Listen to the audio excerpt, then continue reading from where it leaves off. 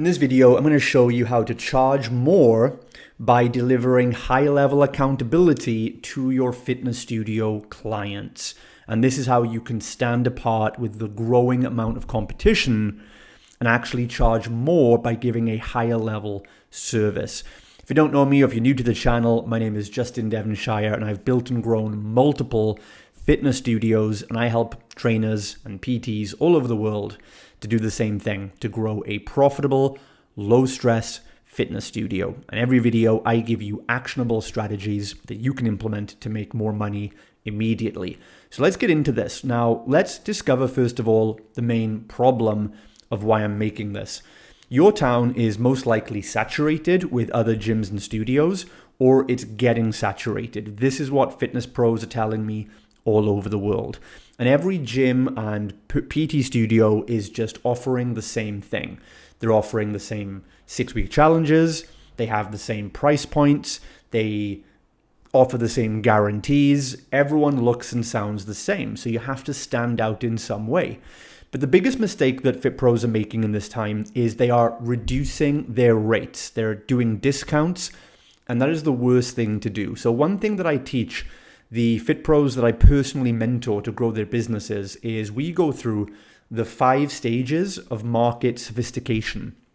And this is what an industry goes through when it becomes saturated. And most towns right now are in level 4, if not level 5 of market saturation. And so what you need to do to get above that is not charge less. That's the worst thing you can do.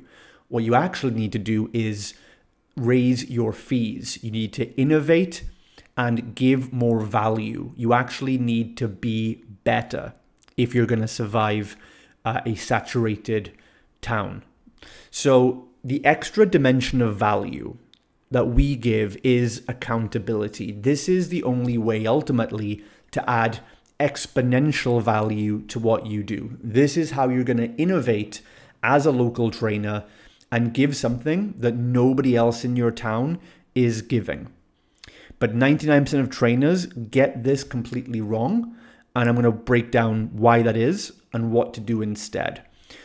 So the reason that most trainers are struggling to charge more and the reason they can't stand out in a crowded market is because they're charging or they're emphasizing the wrong things.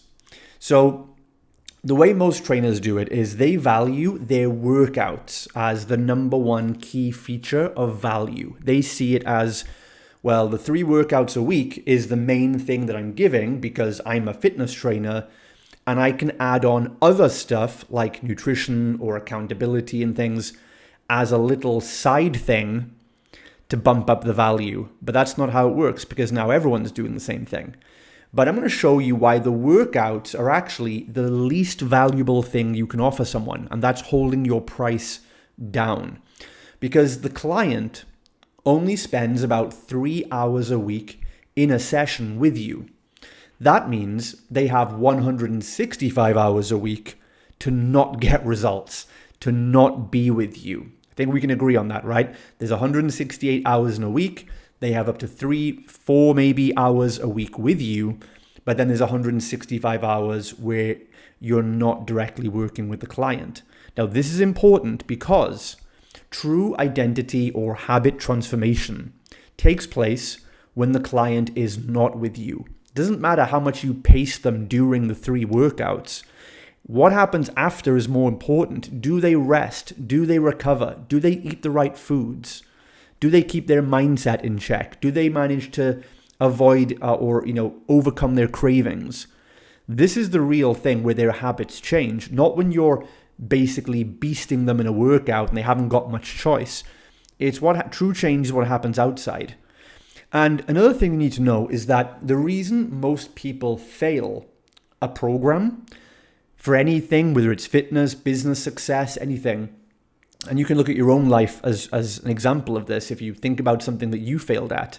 Whenever we fail a program, it's because we didn't adapt to changes in our schedule, meaning that your clients will get results if their routine stays the same. So when they don't have social events, they don't have holidays, the kids are at school, right? Your gym is open normal hours. When they have their food ready, prepped in front of them, or their fridge is stocked, this is when people stick with a plan. But the number one reason people fall off a plan and we lose adherence to our program is when their routine changed and they weren't prepared for it. They forgot to go shopping and there was nothing healthy left in the fridge. They didn't prep their meals. Their friends invited them out to a social event and there was only pizza and alcohol. They had a holiday coming up. They got sick. The kids got sick, or the kids came off school for a school holiday. These are the things that throw people off a program. And it's only a minor blip usually.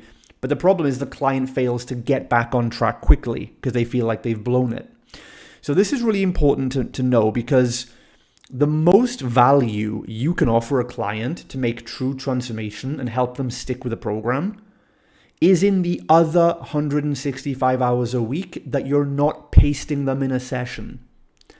Right? This needs to sink in, right? So if that's where all the value lies, and I'm sure you could explain this to a client and they would also agree with you and say, yeah, I'll come to the workouts, I'll baste it, but it's when my friends invite me out for drinks on the weekend. It's when I'm tempted at home with the cravings. It's when the kids are off I can't make it to the workouts. It's when I don't have the food in front of me. That's when I fall off the program.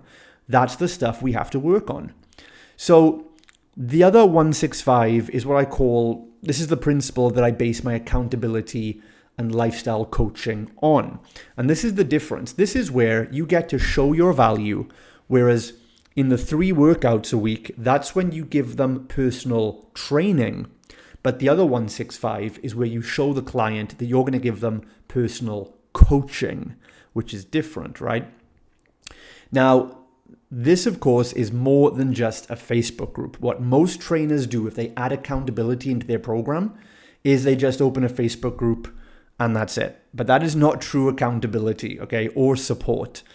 I'm going to show you 5 things that I build into my programs to give the highest level of accountability to help my clients get a lifestyle transformation, habitual identity level change, which of course gets better results. It's more innovative. Nobody else is doing it in their studios, not even one-to-one personal trainers doing this. And this is how that in large groups, we still get better results and better long-term sustainable results and lifestyle change in our clients than the vast majority of one-to-one trainers can get. So if one-to-one trainers are charging like £500 a month on average, and we are getting better results in a group training format for £165 a month, we can charge more money for group training and justify the value. And this is what I want you to start thinking about. So I'm going to go through the 5 levels of accountability now and give you some ideas for each, starting from the weakest, going to the strongest. And this is how you build up an entire 165 accountability dimension to your program, which is going to allow you to charge more money, get better results, be more innovative and unique, and stand out in a saturated market. This is the future of how your business needs to go, I believe, in the fitness studio industry. So the first level of accountability is incentive accountability. This is the weakest because we're using extrinsic motivation. We're going to basically bribe the client to stick with the program in return for an extrinsic reward, which is usually money in some format. So I started doing this back in 2013 or 2014. I started doing this with the 6-week money back guarantee, which I learned from my mentor, Sam Bakhtiar. And so people would pay us like £300 to do a 6-week program. And then when they completed the program, we would give them the money back in cash. And that worked okay. It worked pretty well. It was a good incentive. But then we found that people were so happy to get that money back, they were sometimes reluctant to actually reinvest it and continue working with us, right? They wanted to basically have their cake and eat it, so to speak. And so what we then changed up in 2015 was we then said, right, you can get the money back, but it'll be as credit towards a long-term transformation, because our goal really is to do a long-term lifestyle change with you, right? But You do the first 6 weeks, and if that's your intention to get long-term results as well, we'll apply the money you paid towards it. So this is kind of like a we pay you for your transformation or achieve it and it's free kind of thing. And this works pretty well. The next level of accountability they get in our program is a group or peer pressure or social accountability or team accountability, you can call it. And the way we do this is having each person be accountable to a small team or group, a subgroup in the entire client roster. So the way that I divide up my groups, you can do this a multitude of ways, but the way I like to do it is I have different cohorts or groups starting their 6-week program at certain times. So if I sign up 5 clients this week, those 5 people will start a program on Monday. And then next week, when I sign up, let's say 4 more clients, those 4 people will start as a cohort the week after. So each client will know there's 3 to 5 people in their little accountability group, and we can then have internal group or team challenges within the 6-week challenge. For example, we could say, hey, you've all got your individual goals, like achieve it and it's free, but we're also going to have team accountability goals, which means, for example, we're going to add up the number of waist inches lost collectively in your team. And we're going to put 10 pounds into a pot, $10, let's say, for every waist inch that is lost between the 5 of you. So at the end of the challenge, we're going to put all that money together and you get to share it as a team. Okay, that's another level of group accountability. And then the group holds each other accountable because nobody wants to lose. The third level up then is more like partner or individual accountability, where each person is accountable to one other person. And you can do all of these at the same time, by the way. These are not mutually exclusive. The more of these you add in, the more powerful it's going to be because the client's going to be getting accountability from every direction. So this is what we call our ambassador program. We take veteran clients who've already done the 6-week program, and we will appoint some of those to be ambassadors who welcome and kind of unofficially buddy up with the newbies. Now, this gives a whole level of accountability because the people that have done the 6-week program can relate and resonate with the new clients much better than we can.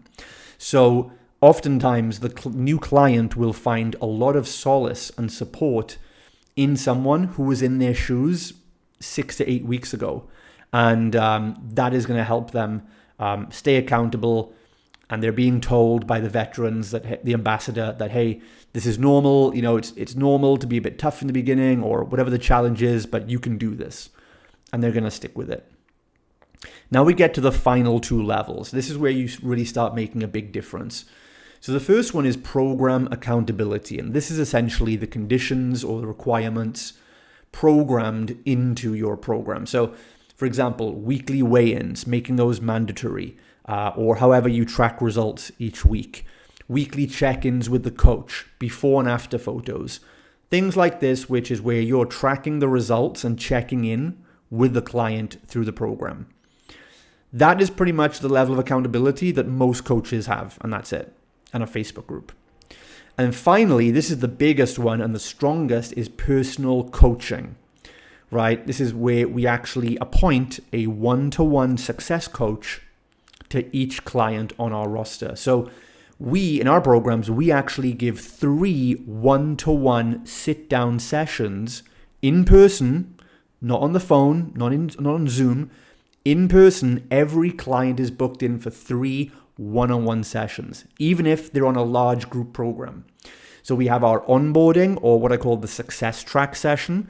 This is a one-on-one meeting, or it could be in small groups. That's okay as well. We sometimes do this in teams. Depends how big the intake is or how big the group is for that challenge. But try and get it one-to-one if you can for the highest level of premium value. And this is where we kind of outline the 6 weeks with the client. And this is where I said earlier, the clients are most vulnerable when their routine changes. So what we're going to do in this success track session is look at the 6 weeks ahead and plot out with the client and say, hey, is there anything coming up in your schedule that's going to change things or we need to be aware of? Do you have a holiday coming up? Are the kids finishing school? Do you have any social events? Like, what's going on? And then in that session, we can put it on the calendar and give the client a battle plan of what to do in those situations. So if they say, yeah, on week 4, I'm actually going to my sister's wedding, we can give them our like social event or restaurant survival guide, which will show them how to modify their diet once they're there. If they're going on a holiday or they have a work trip, we'll say, hey, send us a video of the gym you have at the hotel. We'll give you a program you can do whilst you're there, or a bodyweight routine or something. So we're doing what I said earlier. We're plotting out where there could be unforeseen things that will put them off schedule, that we can keep them on track. And also, you also want to educate the client on what happens if something they didn't expect happens. They get sick or whatever, right? Something happens. You can also show them what you've put into the program to help them in like an emergency situation to stay on track. So the clients now are prepared and ready, and this will dramatically increase the chance they stick with the program, get results, and ultimately stay a long time and bring their friends. The second meeting we do is a progress review meeting in the 3rd week. So midpoint in the challenge, we can check on their progress. We can help them more if they're a bit behind, or if they're hitting goals and on target, we can even give them some more advanced special things we can do with them to help get them even better results by the end. And finally, in the final week of the program, we have a final way out where we get the after photo, final measurements, and of course, we can then get them to trade up and become a long-term client, which 75% of our 6-week challengers sign up with us on a 12-month program. So that's how we do it. That's the 5 levels. So let me know in the comments below or shoot me a message. How do you deliver accountability? Was this helpful? Did you get any insights from this? And which of these factors are you going to add into your program so you can add more value, be the most innovative service in town, and finally raise your fees and be the best in a crowded market? Hope this helps, and I'll see you again soon.